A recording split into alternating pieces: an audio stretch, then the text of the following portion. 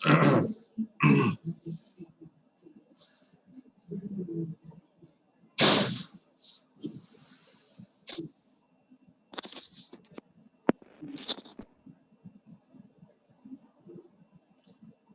बोलो कि ज्वाइन करिए क्लास को फटाफट।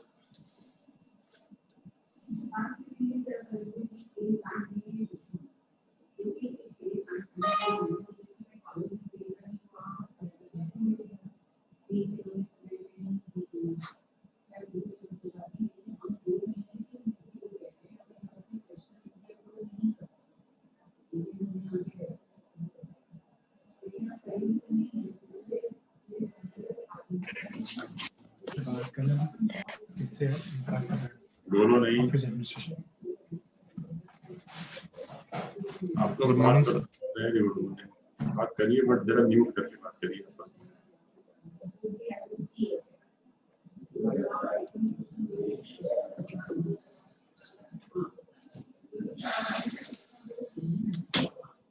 स्लोली आप लोग ज्वाइन करोगे तो बहुत दिक्कत हो जाएगी पढ़ाने में, और जो लोग नहीं आएंगे वो they will surely miss the things. सही बात बा।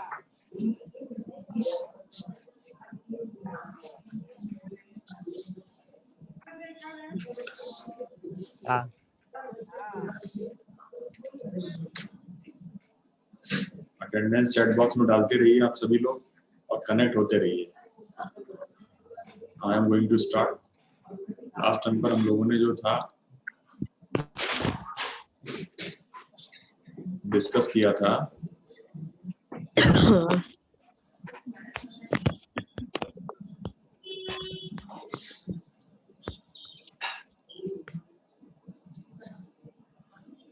हम लोगों ने लास्ट टाइम पर ये डिस्कस किया था मेमोरी मैनेजमेंट, है ना, मैनेजमेंट ऑफ कंप्यूटर डिस्कस किया था। और हमने बताया था कि जो लैंग्वेज प्रोसेसर्स होते हैं जो हम डिस्कस कर रहे थे लास्ट टाइम पर, यही कर रहे थे कि लैंग्वेज प्रोसेसर्स क्या होते हैं।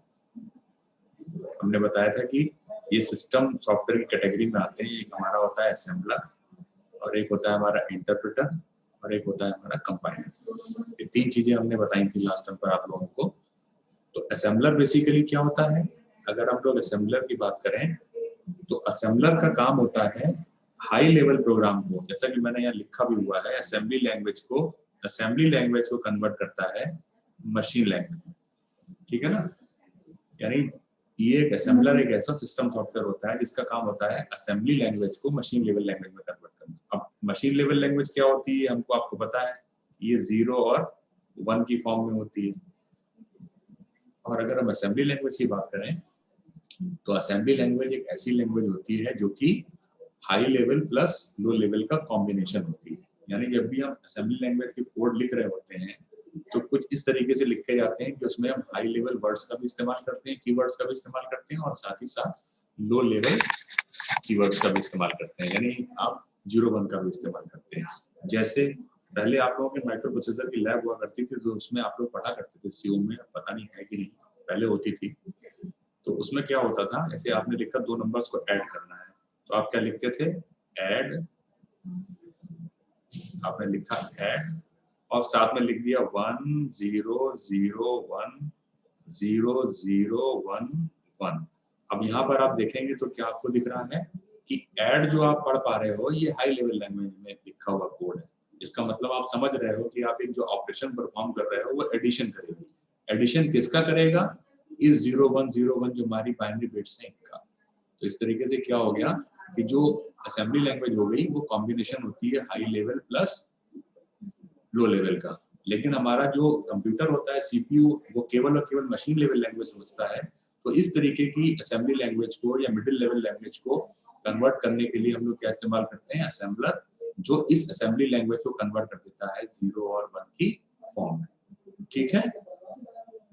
अगला होता है आपका इंटरप्रेटर। इंटरप्रेटर का काम क्या होता है, इसका काम होता है हाई लेवल लैंग्वेज के प्रोग्राम को कन्वर्ट कर देता है, ये कन्वर्ट कर देता है आपके मशीन लेवल प्रोग्राम यानी 0-1, ये कन्वर्ट करता है हाई लेवल प्रोग्राम को। हाई लेवल लैंग्वेज प्रोग्राम का मतलब क्या हो गया कि जो हम लोग अपना एज ए प्रोग्रामर प्रोग्राम लिखते हैं किसी भी प्रोग्रामिंग लैंग्वेज में, चाहे वो सी में लिखें या चाहे हम लिखें, चाहे वो हम सी में लिखें या हम लिखें उसको किसी और हाई लेवल लैंग्वेज में। तो जब हम इस तरीके का प्रोग्राम लिखते हैं तो हमारा इंटरप्रेटर क्या करता है कि इस प्रोग्राम को कन्वर्ट कर देता है मशीन लेवल लैंग्वेज यानी 0-1। तो इंटरप्रेटर क्या करता है, हाई लेवल लैंग्वेज कोड को कन्वर्ट करता है मशीन लेवल लैंग्वेज 0-1 में line by line. Line by line का मतलब क्या हो गया कि मान लीजिए हमने कोई प्रोग्राम लिखा हुआ है, उस पूरे प्रोग्राम में टोटल लाइंस कितनी है, 20।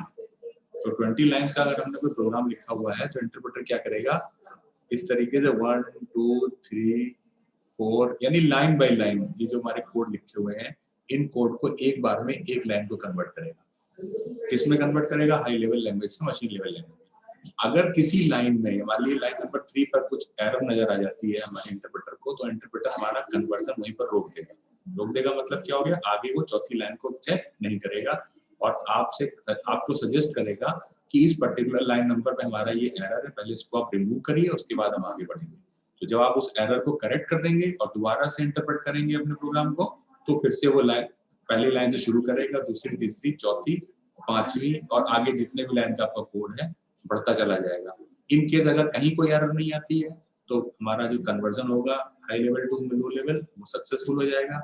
और अगर कहीं कोई फिर से एरर आ जाती है तो फिर से वो आपको रिपोर्ट करेगा और रिपोर्ट करने के बाद आपको बताएगा कि इस पर्टिकुलर लाइन पर एरर है, इसको पहले आप ठीक करिए, then you can move forward. तो क्या मतलब हुआ कि जो इंटरप्रेटर होते हैं वो हाई लेवल प्रोग्राम को कन्वर्ट करते हैं मशीन लेवल प्रोग्राम में लाइन बाय लाइन। अब अगला हमारा तीसरी कैटेगरी होती है कंपाइलर। कंपाइलर भी क्या काम करते हैं, ये कंपाइलर भी काम करते हैं हाई लेवल लैंग्वेज को कन्वर्ट करने का काम करते हैं मशीन लेवल लैंग्वेज, यानी ये भी हाई लेवल कोड को 0-1 में ही कन्वर्ट करते हैं। लेकिन इनमें और इंटरप्रेटर में बेसिकली डिफरेंस क्या होता है, interpreter line by line conversion करता है और कंपाइलर क्या करता है कि पूरे प्रोग्राम को, ये मैंने लिखा है इन वन गो, यानी एक बार में ही पूरे प्रोग्राम को कंपाइल करता है। और अगर उसमें कहीं कोई एरर होगी आपके प्रोग्राम में तो एक साथ वो शो कर देता है कि किस किस लाइन नंबर पे कौन कौन सी एरर है, एक बार में बता देगा। और अगर कोई एरर नहीं आती है तो उस केस में क्या हो जाएगा, उस केस में क्या करेगा, आपके कन्वर्जन को सक्सेसफुली अकम्प्लिश कर देगा। तो इसका मतलब क्या हो गया, इंटरप्रेटर क्या करता है, एक एक लाइन को रीड करता है और उसमें उसको कन्वर्ट करता है हाई लेवल से मशीन लेवल लैंग्वेज में। अगर किसी लाइन पर एरर आती है तो वहां रुक जाता है और सजेस्ट करता है कि पहले इसको ठीक करिए, उसके बाद आगे बढ़िए। और अगर हम इसकी बात करें मशीन लेवल लैंग्वेज की, कंपाइलर की अगर हम बात करें तो कंपाइलर क्या करता है, एक बार में पूरे प्रोग्राम को रीड करता है और उसको कन्वर्ट करने की कोशिश करता है मशीन लेवल लैंग्वेज में। अगर प्रोग्राम में कहीं भी एरर होती है, एक से ज्यादा एरर होती है, तो सारी लाइनों के नंबर के साथ आपको बता देता है कि इस लाइन पर ये एरर है, इसको पहले करेक्ट कर लीजिए, फिर आप अपने प्रोग्राम को कंपाइल करके रन करा सकते हैं। तो इसमें डिफरेंस समझ में आया आप लोगों को? Yes sir. ठीक है ना? Yes sir. ठीक। तो बाकी हम लोगों ने उस दिन डिस्कस कर लिया था कि ऑपरेटिंग सिस्टम हमारे क्या होते हैं, GUI CUI बेस्ड होते हैं, CUI बेस्ड यूनिक्स और डॉस होते हैं, GUI बेस्ड विंडो X होता है। X से मतलब हमारा है कोई भी वर्जन विंडो का, 98 से शुरू करके 95 से शुरू करके और आज तक जो हम लोग पढ़ रहे हैं विंडो 10। लाइनक्स भी हमारा GUI बेस्ड होता है। सन कंपनी का जो होता है, जिनकी जावा है, उन्हीं का सन सोलरिस भी होता है, एंड्रॉइड भी होता है और जैसा कि उस दिन किसी ने कहा था iOS भी होता है। ये सारे के सारे हमारे क्या है, GUI based operating system. Utility programme के बारे में मैंने आपको बताया ही था, ये वो प्रोग्राम्स होते हैं जो ऑपरेटिंग सिस्टम के साथ हमें बंडल्ड मिलते हैं, अलग से इंस्टॉल करने की जरूरत नहीं होती। फर्मवेयर के बारे में मैंने बताया था। फर्मवेयर क्या होती है, ये एक रोम चिप होती है, यानी रीड ओनली मेमोरी चिप होती है, जो कि जिसमें एक प्रोग्राम पहले से ही फीडेड होता है और बार बार कंप्यूटर उसी प्रोग्राम को रीड करता है। और एन एग्जांपल, जब आप कंप्यूटर की बात करते हैं तो कंप्यूटर में क्या होता है कि आपके कंप्यूटर के मदरबोर्ड में एक चिप लगी रहती है जिसको हम लोग बोलते हैं BIOS चिप। अब BIOS चिप का मतलब क्या होता है, बेसिक इनपुट आउटपुट सिस्टम। इसका मतलब क्या हो गया कि जब भी आप अपने कंप्यूटर को ऑन करते हैं तो आपको ध्यान होगा कि आपका तो ऑपरेटिंग सिस्टम विंडोज आपने इंस्टॉल किया हुआ है, आपके हार्ड डिस्क के ऊपर सेव, आपने पावर को ऑफ कर दिया और ऑफ करने के बाद जब ऑन किया तो कंप्यूटर को कैसे पता लगेगा कि हमें ऑपरेटिंग सिस्टम को सेकेंडरी स्टोरेज से उठा करके प्राइमरी मेमोरी में लेकर आना है। तो ये इंस्ट्रक्शंस जो होते हैं, जब हम कंप्यूटर को स्टार्ट करते हैं तो जो प्राइमरी या बेसिक इंस्ट्रक्शंस होते हैं वो कंप्यूटर को कहाँ से मिलते हैं, बेसिक इनपुट आउटपुट यानी बायोस चिप्स है, और ये बायोस चिप हमारी कहाँ लगी रहती है? मदरबोर्ड में, मदर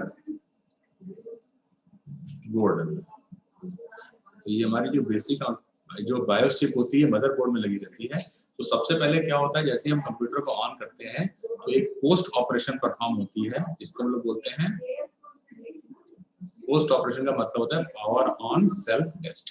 जैसे पावर ऑन करते हो तो एक सेल्फ टेस्ट करता है हमारा बायोस चिप, उसके बाद इंस्ट्रक्शंस को रीड करता है और कंप्यूटर सिस्टम को इंस्ट्रक्ट करता है कि ऑपरेटिंग सिस्टम को चलाने के लिए जिन जिन एसेंशियल फाइल्स की रिक्वायरमेंट है उन एसेंशियल फाइल्स को सेकेंडरी स्टोरेज से लेकर के आइए प्राइमरी मेमोरी।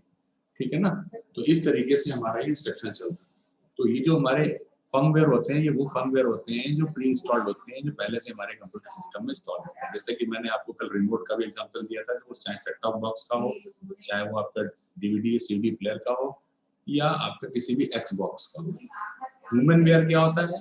ह्यूमन वेयर होते हैं हमारे एंड यूजर्स। एंड यूजर्स का मतलब ये वो लोग होते हैं जो इन कंप्यूटर्स को इस्तेमाल करते हैं, उनको हम लोग बोलते हैं ह्यूमन वेयर। तो इसलिए कंप्यूटर जो बनता है 4 चीजों से मिलकर बनता है, एक हार्डवेयर, दूसरा सॉफ्टवेयर, तीसरा फर्मवेयर और चौथा ह्यूमन वेयर। यानी जो एंड यूजर लोग हैं वो उनका इस्तेमाल करते हैं। ठीक है? तो ये हमारा कंप्यूटर का मैनेजमेंट हो गया। आगे की बात करें अगर हम, तो हमने आपको सॉफ्टवेयर बताया था, सिस्टम सॉफ्टवेयर होते हैं और दूसरे होते हैं एप्लीकेशन सॉफ्टवेयर। तो सिस्टम सॉफ्टवेयर को हमने यहाँ पर डिस्कस कर लिया। अब अगर आप एप्लीकेशन सॉफ्टवेयर की बात करें तो एप्लीकेशन सॉफ्टवेयर हमारे 2 तरीके के होते हैं। कौन कौन से होते हैं? एक होता है हमारा स्टैंडर्ड एप्लीकेशन और एक होता है हमारा यूनिक एप्लीकेशन। स्टैंडर्ड एप्लीकेशन क्या होता है? स्टैंडर्ड एप्लीकेशन का मतलब होता है जनरल पर्पस। General purpose.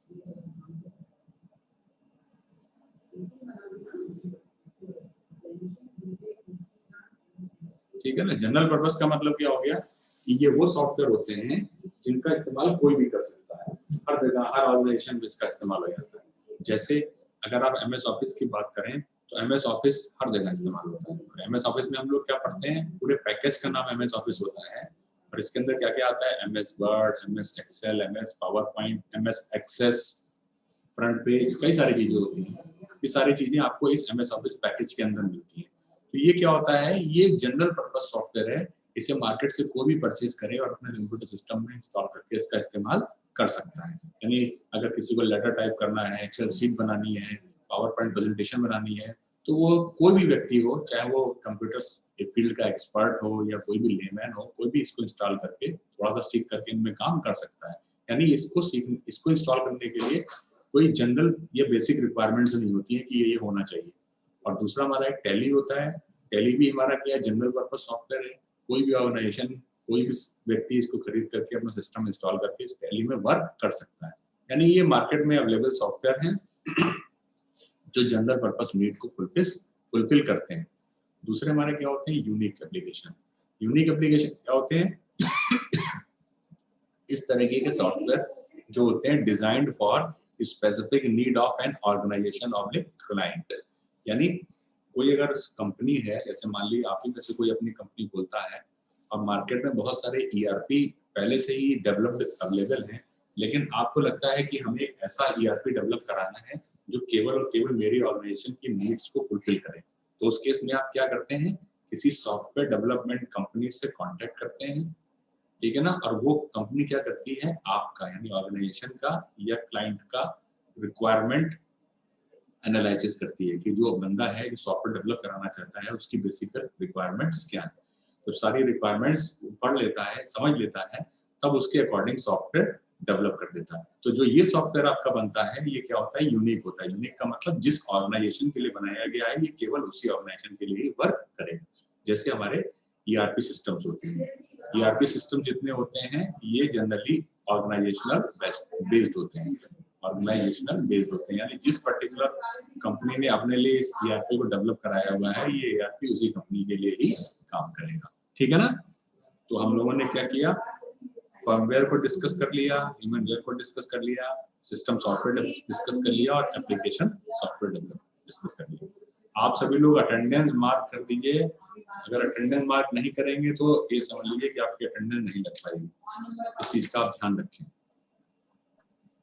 मैं बार बार आपसे रिपीट कर रहा हूँ, अटेंडेंस डालते रहिए, अटेंडेंस में कोताही ना बरतिए, ठीक है। अब हम अगली बात करते हैं।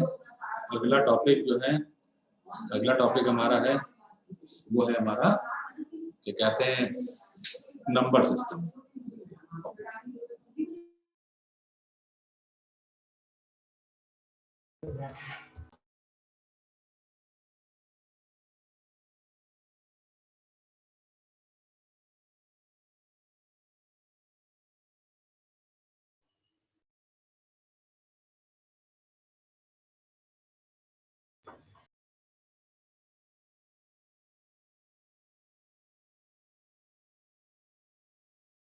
अब हमने अगला टॉपिक बताया था आपको नंबर सिस्टम। हम आगे बढ़ते हैं। अब नंबर सिस्टम के बारे में आपको जानकारी है, आप सभी लोगों ने मैथमेटिक्स पढ़ी हुई है ना। तो नंबर सिस्टम क्या होता है, कोई बताएगा? आकाश, MC004, आकाश।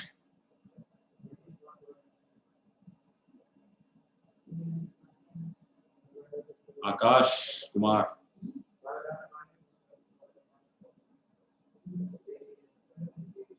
आकाश मेरी आवाज सुन रहे हैं?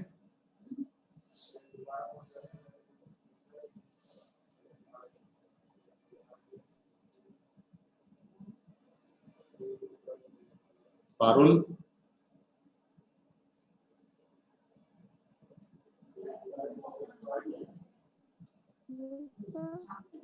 मेरी आवाज आ रही है आपके पास?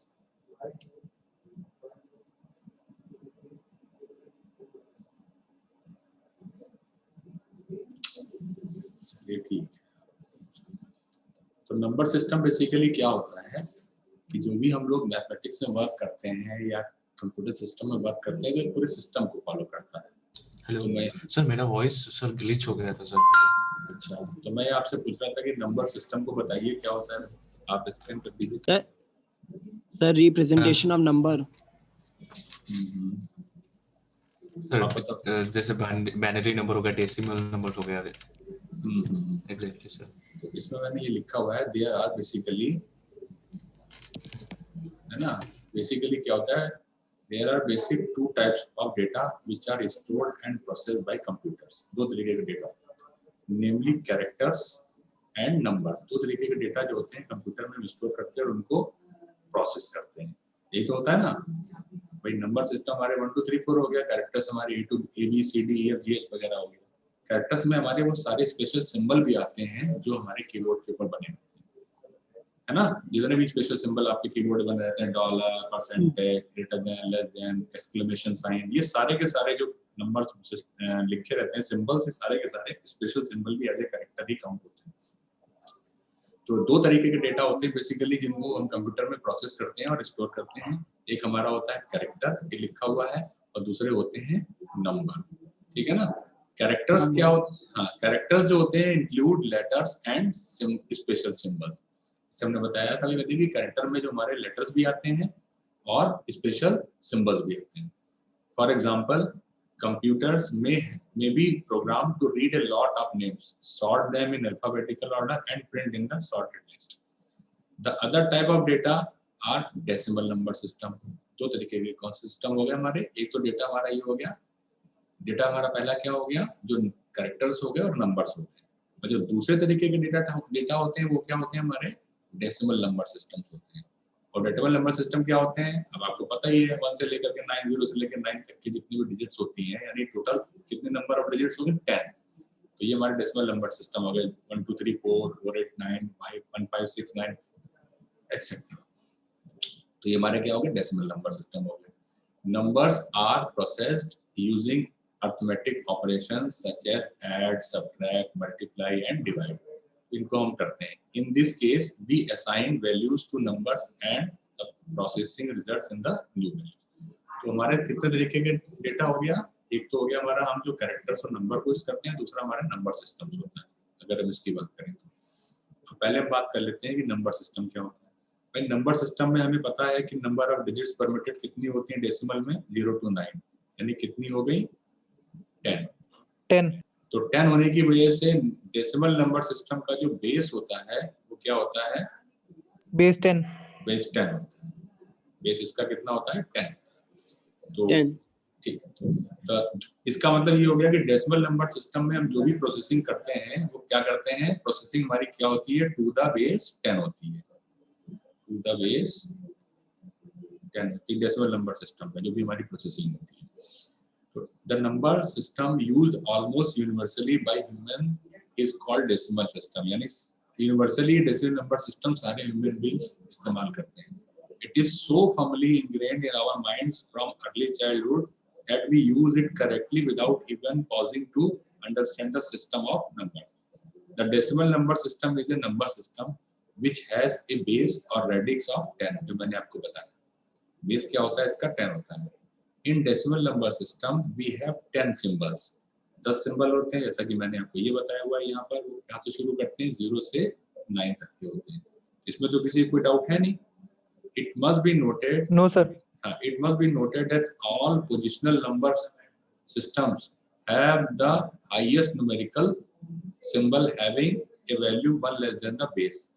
In decimal number system, we have 10 symbols, 0 to 9. In octal number system, we have base.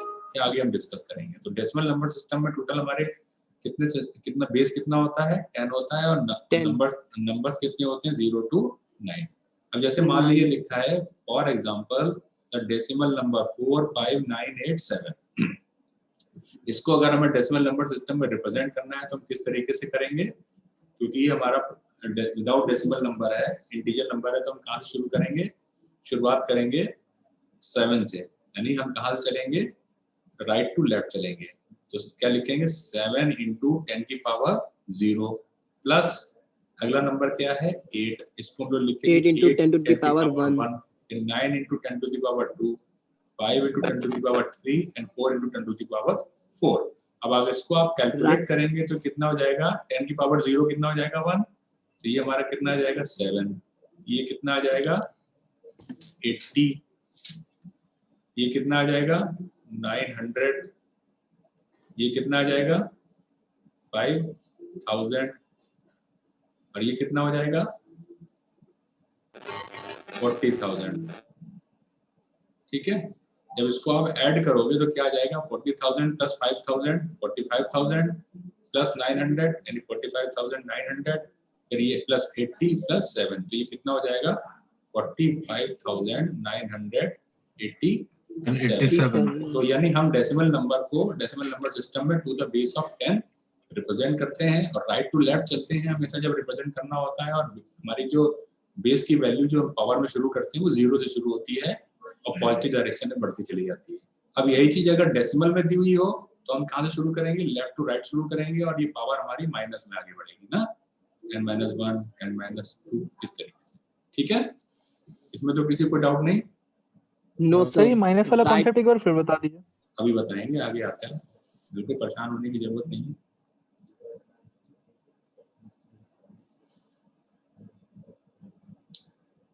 अब देखिए इन्होंने यहाँ पर समझाया हुआ था, मैंने आपको बताया, इसी चीज को इन्होंने एक्सप्लेन किया हुआ है और ये कैलकुलेट करके दिखाया है इतना। ठीक है, अब जैसे मान लीजिए आप पॉइंट की वैल्यू ले लीजिए, तो ये दिया हुआ है आपको एग्जांपल, आप पॉइंट वाली बात कर रहे थे ना हम लोग, तो हम लोग इसको डिस्कस कर लेते हैं पॉइंट को। तो हमें एक वैल्यू दी हुई है 0.76853, ठीक है ना। अब इसको अगर हमें डेसिमल नंबर सिस्टम में रिप्रेजेंट करना है तो हम कहाँ से चलेंगे, हम शुरुआत करेंगे left to right, left to right, exactly. हम इंटीजर वैल्यू को राइट टू लेफ्ट चलते हैं और डेसिमल वैल्यू को लेफ्ट टू राइट चलते हैं। तो सबसे पहले वैल्यू क्या आ जाएगी हमारी 7 into 10 की पावर -1, ठीक है। फिर नेक्स्ट वैल्यू आएगी 6 into 10 की पावर -2, प्लस थर्ड वैल्यू आ जाएगी आपकी 8 into 10 की पावर -3, प्लस क्या हो जाएगा 5 into 10 की पावर -4, लास्ट में आ जाएगा आपका 3 into 10 की पावर -5 क्यों लिखा हुआ है? आप इसको इस तरीके से भी लिख सकते हैं, 7 into 1/10, ये तो हुआ मतलब ना, 6 into 1/100, इसका मतलब यही हुआ ना, इस तरीके से रिप्रेजेंट करते हैं, इस रिप्रेजेंटेशन का मतलब यही है ना। अब इसको आप जब कैलकुलेट करोगे तो हमने देखो यही कैलकुलेट किया, 7 into 10 की पावर 1 लिखा है यहाँ पर, तो जब 10 से आपने 7 को डिवाइड किया तो वैल्यू कितनी आई? 0.7, ठीक।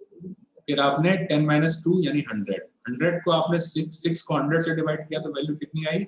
0.06। फिर आपने 1000 से डिवाइड किया 8 को तो वैल्यू कितनी आई?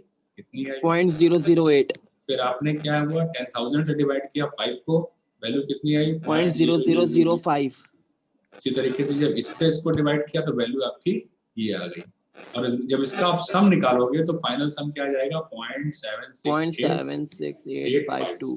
तो इस तरीके से हम डेसिमल नंबर सिस्टम में वैल्यूज को, चाहे वो इंटीजर हो चाहे वो नॉन इंटीजर हो, दोनों वैल्यूज को रिप्रेजेंट करते हैं, ठीक है ना। तो ये अब देखिए इन्होंने कंबाइंड एक नंबर ले लिया है, लेट अस टेक एक नंबर 95.85, और आपसे अगर कहा जाए कि इसको आप कन्वर्ट करिए डेसिमल नंबर सिस्टम में, अटेंडेंस आप लोग डाल रहे हो कि नहीं डाल रहे हो? Yes sir. डाल दीजिए, नहीं तो फिर आप लोग अटेंडेंस मारी जाएगी। तो इसको जब आप रिप्रेजेंट करोगे तो क्या होगा, इसको कन्वर्ट करोगे आप तो 9 × 10⁻1 पॉजिटिव वैल्यू है ना, और 5 × 10⁻0, फिर डेसिमल को लेंगे आप तो 8 × 10⁻⁻5 और 5 × 10⁻2, ये 90 हो गया, ये 5 हो गया, ये 0.8 हो गया, ये 0.05 हो गया, इसका सम निकाला तो कितना आ जाएगा? 95.85। हाँ, तो इस तरीके से हम लोग डेसिमल नंबर सिस्टम में वैल्यूज को रिप्रेजेंट करते हैं, ये हमारा तरीका होता है। ये समझ में आया? किसी को दिक्कत? No sir. तो सर ठीक है, वेरी गुड। समझ में अगर चीजें आ रही हैं तो बहुत अच्छी बात है, और आप लोग बिल्कुल ही पैनिक ना हो, एमसीए स्टूडेंट बिल्कुल कायदे से भी आपकी सी वगैरह शुरू हो जाएगी तो आप लोग फिर कहोगे कि कुछ और ही पढ़ाएंगे सर, सी आप पढ़ाते चले जाएंगे। अब बाइनरी नंबर सिस्टम की बात कर लेते हैं, क्योंकि टाइम हमारे पास 5 ही मिनट का बचा हुआ है। तो बाइनरी नंबर सिस्टम में क्या होता है? बाइनरी नंबर सिस्टम में होता है 0 1 इसका बेस होता है 2, बेस 2, क्योंकि इसमें 2 ही डिजिट होते हैं, 0 और 1। तो जो भी ऑपरेशंस हम परफॉर्म करते हैं इस पे करते हैं 0 और 1 पे, यानी जब 2 ही डिजिट्स पे करते हैं जिसका बेस हमारा 2 है, तो जो भी हम क्या कहते हैं ऑपरेशन परफॉर्म करेंगे बाइनरी नंबर सिस्टम में, इस पे करेंगे विद रिस्पेक्ट टू नंबर 2 करेंगे, ठीक है ना। अब आगे बढ़ते हैं।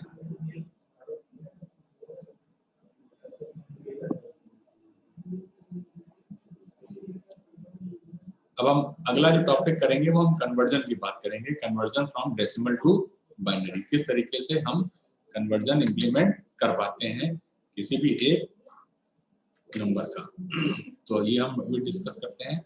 सबसे पहला हमारा जो टॉपिक है वो क्या है? Conversion from binary to decimal to binary. तो जब हमको कोई, मान लीजिए कोई डेसिमल नंबर दिया हुआ है और उसे हमें कन्वर्ट करना है बाइनरी में, तो कैसे करेंगे? तो मान लीजिए कोई एक नंबर है 19, ये हमारा डेसिमल नंबर है और इसे हम कन्वर्ट करना चाहते हैं टू द बेस बाइनरी।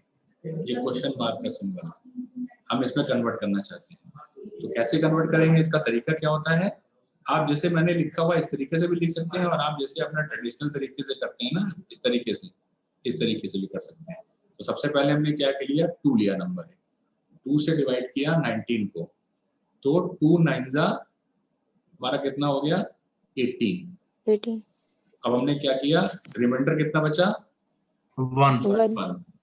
हमारे पास नया डिजिट क्या आ गया? 9 आ गया। इसको 2 से डिवाइड किया तो क्या हो जाएगा? 2 4 जा 8 और रिमाइंडर फिर 1 हो गया।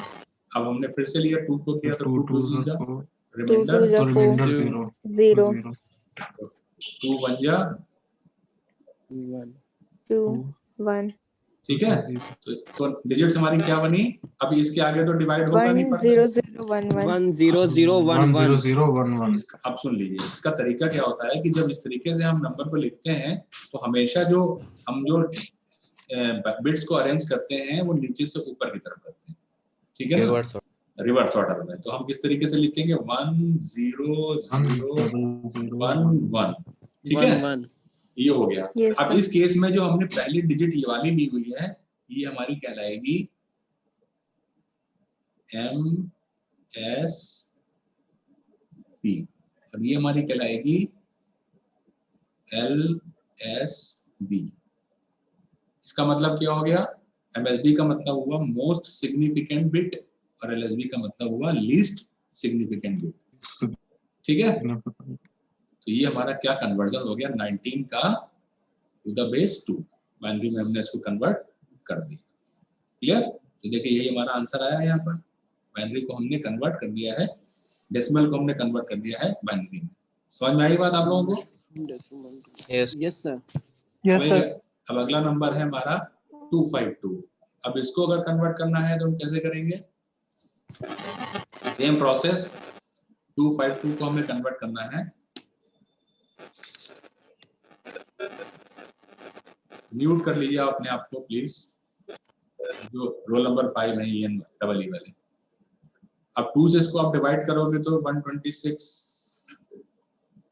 है ना, रिमाइंडर कितना हो गया 0, फिर इसको 2 से डिवाइड किया तो ये कितना हो गया 63, रिमाइंडर 0, फिर आपने इसको 2 से डिवाइड किया तो 31, रिमाइंडर 1, फिर आपने इसको 2 से डिवाइड किया तो बना आपका कितना हुआ 15, रिमाइंडर 1, फिर आपने अगला लिया फिर इसको डिवाइड किया 7 हो गया, रिमाइंडर 1, फिर आपने इसको लिया 2 से डिवाइड किया 3 हो गया, 1 हो गया, फिर इसको आपने 2 से डिवाइड किया 1 हो गया, रिमाइंडर कितना हुआ 1। अब इसके आगे डिवाइड नहीं होगा, अब इसको 2 से डिवाइड कर दोगे तो ये क्या हो जाएगा 0 टाइम जाएगा, रिमाइंडर क्या हो जाएगा 1 हो जाएगा, ठीक है। तो इसको फिर नीचे से ऊपर लेके चलेंगे LSB और MSB के कंसेप्ट को लेकर के, तो हमारा क्या बनेगा फाइनल रिजल्ट 1 1 1 1 1 1 1 1 2 3 4 5 6 3 5 6 और 0 0। तो इस तरीके से जो हमारा कन्वर्जन आया ये क्या आया, इस बाइनरी का कन्वर्जन हो गया, ठीक है, क्लियर। डेसिमल टू बाइनरी हो गया। अब हम कल नेक्स्ट लेक्चर में डिस्कस करेंगे बाकी आगे का टॉपिक, जिसमें हम फ्रैक्शंस को भी डिस्कस करेंगे और आपको एक शॉर्टकट भी बता देंगे जिसकी हेल्प से आप आसानी से अपने नंबर्स को कन्वर्ट करके देख सकते हो, ठीक है। यस सर, ये कल आपको बताएंगे। बाइनरी टू डेसिमल कैसे करेंगे, बाइनरी टू डेसिमल सब बताएंगे ना। अभी जब पैर जो होते हैं ना, हमेशा एक पैर को जब जमीन पर रखा करो तो एक बार में एक ही को उठाया करो, अगर दोनों को उठा लोगे तो धड़ाम से गिर जाओगे, ये होता है ना। तो अभी जब हम करा रहे हैं आपको, अभी हमने एक कन्वर्जन बताया है तो आगे हम कल बताएंगे, अभी हमने खत्म तो किया नहीं topic. Is that clear? Yes sir. कल आके यस सर। तो Thank you, sir. Okay, thank you sir. Thank you sir. Thank you thank you sir. Sir. समझ में आया? किसी को दिक्कत तो नहीं? No sir. यस सर, समझ में आ गया। Yes sir. चलिए ठीक है।